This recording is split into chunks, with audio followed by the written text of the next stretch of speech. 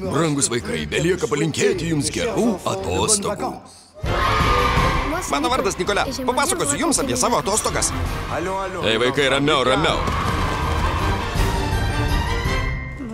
Tai tada gerų atostogų. Marija Dvižė, ar esi pasiryžusi tekėti už Nikolę, karo laivo kapitonų, uždirbančio daug pinigų? Taip. Mažylio Nikolė atostogos. Brangi Marija Dvižė, tikiuosi, kad puikiai leidė atostogas. Čia prie jūros nuostabus oras. Tuoj prasisklaidys. Žinoma. Tėtis labai džiaugiasi atostogomis. Koks sunkus lagaminas.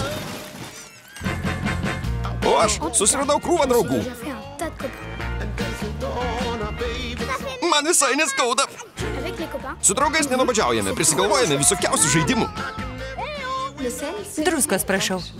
O garstyčių nereikia? Ar pipirų? Ne, nereikia. Dar pridėk Elzazą ir Lotaringiją, kad jau toks dosnus. Jūs šiose apylinkėse pirmą kartą? Taip. Tik pažiūrėkite tuos 2 balandėlius. Reikės kelti vestuves. Brangi Marija Dvižė, mūsų meilė grėsia pavojus. Viską padarysiu, kad jų planas neišdegtų. Reikia priversti juos išvažiuoti. Čia bėga dušo vanduo, o čia kanalizacijos vamzdis. Įmesim jiems į lovą gyvatę.